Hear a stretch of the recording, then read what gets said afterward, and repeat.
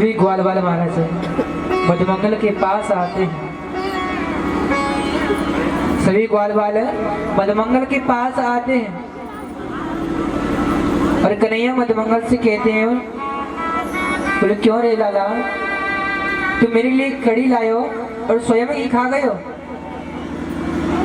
तो मधुमंगल कहते हैं, कन्हैया ये खट्टी कड़ी है और मैं नहीं चाहता कि इसे तुम खाओ। बोले कन्हैया मैं कल घर से सुंदर पकवान तुम्हारे लिए बनाकर लाऊंगा, अभी तुम रहने दो। लेकिन मेरा गोविंद कहता है कि मधुमंगल मेरा संकल्प है कि मैं आज तुम्हारे ही घर का भोजन करूंगा। तो मधुमंगल क्रोध में आ गया और बोला कि कन्हैया जब है ही नहीं तो कहां से करोगे मेरे घर का भोजन। तो कन्हैया कहते हैं कि मेरे लिए बहुत है। मधुमंगल कहता है कहां है। तो मेरे गोविंद जो मधुमंगल के मुख पर कड़ी लगी थी उसे चाटने लगते हैं, उसे खाने लगते हैं। और जब इसे दृश्य को ब्रह्मा ने देखा तो ब्रह्मा जी कहते हैं कि ये भगवान नहीं हो सकता है। क्या भगवान किसी का झूठा खाते हैं? नहीं खाते। ये भगवान नहीं हो सकता। और यदि ये भगवान है तो इनकी परीक्षा लेकर देखता हूं। इधर मेरे गोविंद गायों के साथ हैं। ग्वालों से बोले, सभी ग्वाल वाले खड़े और उनसे बोले कि देखो भैया हमारी गाय दूर चली गई, तुम यहीं रुको, मैं गायों को लेकर आता हूं, बछड़ों को लेकर आता हूं। जैसे कन्हैया बछड़ों को लेने जाते हैं, इधर ब्रह्मा जी आकर सभी ग्वाल वालों को चुरा लेते हैं। सभी ग्वाल वालों को चुरा लेते हैं और ब्रह्म लोक में योग शैया पर लिटा देते हैं, जहां समय का प्रभाव नहीं होता। इधर महाराज जैसे ही मेरे कन्हैया ग्वाल वालों को देखने आते हैं, उधर से गायों को भी बछड़ों को भी चुरा लेते हैं ब्रह्मा जी और उनको भी ले जाते हैं। जब ये दृश्य मेरे कन्हैया ने देखा तो एक बार तो मेरा गोविंद रोने लगा। मन में विचार किया कि कौन ले गया मेरी गायों को, कौन ले गया मेरे बछड़ों को, कहां गए मेरे सखा। कन्हैया रोने लगते। फिर मन में विचार किया और आंखें बंद कर जब देखा तो ब्रह्मा जी ने सभी बछड़ों को और ग्वाल वालों को चुरा लिया है। मन में विचार करने लगे कि मेरे पुत्र ने ही मुझसे द्वेष किया, क्योंकि महाराज नारायण के पुत्र हैं ब्रह्मा। इधर कन्हैया ने अपने शरीर में से ही ग्वाल बाल बना दिए, बछड़े बना दिए महाराज, और 1 वर्ष तक व्रज में रहे। 1 वर्ष बाद ब्रह्मा जी को ज्ञात हुआ और मन में विचार किया कि देखूं तो सही, यदि वो भगवान है तो उसने किया क्या। ब्रज में आकर देखा तो वही ग्वाल वाले हैं, वही बछड़े हैं। अब तो ब्रह्मा जी चकित हो गए। इधर मेरे कन्हैया ने ब्रह्मलोक में पहुंच गए और ब्रह्मलोक में जाकर ब्रह्मा का स्वरूप धारण कर लिया और ब्रह्मा की गद्दी पर बैठ गए और अपने सैनिकों को बुलाया और कहा कि यदि मेरे जैसा दूसरा ब्रह्मा आए तो उसे वापस कर देना, लौटा देना उसे। सैनिक कहते महाराज अब चिंता ना करें, वैसे तो कोई आ नहीं सकता और आ गया तो अंदर प्रवेश नहीं होगा उसका।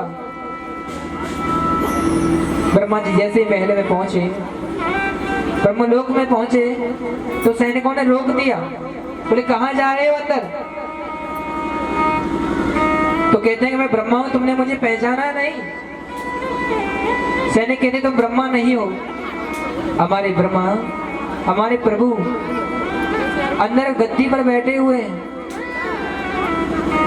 जब ब्रह्मा जी ने नेत्र बंद करके देखा तो गद्दी पर सावला सलोना कन्हैया बैठा हुआ है।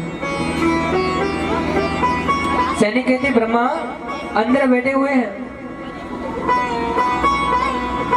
तो ब्रह्मा सैनिकों से बोले कि सच में ब्रह्म तो वही है, सृष्टि का मालिक तो वही है, मैं एक बार उससे मिलना चाहता हूँ। मेरे गोविंद आए और ब्रह्मा ने हाथ जोड़कर भगवान की वंदना की, लेकिन एक भी शब्द मेरे गोविंद ब्रह्मा से बोले नहीं। इधर ग्वाल वाले सब वापस आ गए। एक दिन मेरे कन्हैया मन में विचार करने लगे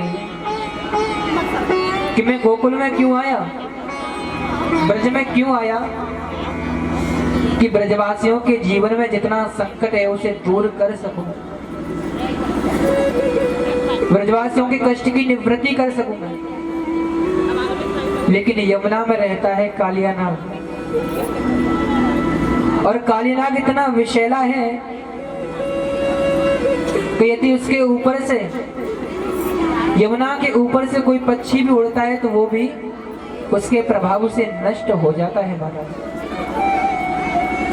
कोई गाय यमुना में जल पीने जाती है, उसकी भी मृत्यु हो जाती है। मन में विचार करते हैं कि कल मुझे कालिया नाग को निकालना है। सुबह होते ही अपने सखाओं से कन्हैया कहते हैं, बोले भैया आज हम गैया चराने नहीं जाएंगे, आज गैया चराने की छुट्टी करते हैं और यमुना पर जाकर खेलते हैं। तो सखा बोले भैया हमें नहीं जाना यमुना के किनारे, क्योंकि वहाँ कालिया नाग रहता है जो कि बहुत विशाल है, बहुत ही विषैला है। एक सखा बोले भैया हमारी माता ने बहुत सी गाय दान की, जब जाकर हमारा प्रकटय भयो, जब जाकर हमारा जन्म हुआ। एक सखा कहते भैया हमारी माता ने यानी कितनी एकादशी व्रत किए, जब जाकर हमारा जन्म हुआ। हमें यमुना के किनारे काली देह पर नहीं जाना है। तो कन्हैया बोले भैया हमें काली देह पर थोड़ी ना खेलना है, हम तो उस किनारे पर जो मैदान है उसमें खेलेंगे।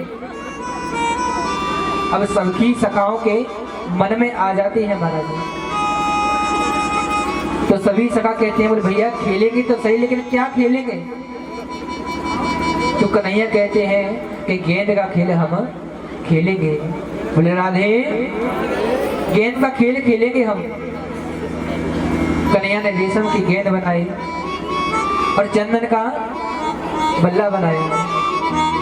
ओ काली देह पे खेलने आयोरी मेरो बारो सो कटिया, काली देह पे खेलने आयोरी मेरो बारो सो कटिया, काली देह पे खेलने आयोरी मेरो बारो सो कटिया, मेरो बारो सो कटिया, मेरो छोटो सो कटिया, मेरो बारो सो कटिया, मेरो छोटो सो कटिया, काली देह पे खेलन आयोरी मेरो बारो सो कटिया, काली देह पे खेलन आयोरी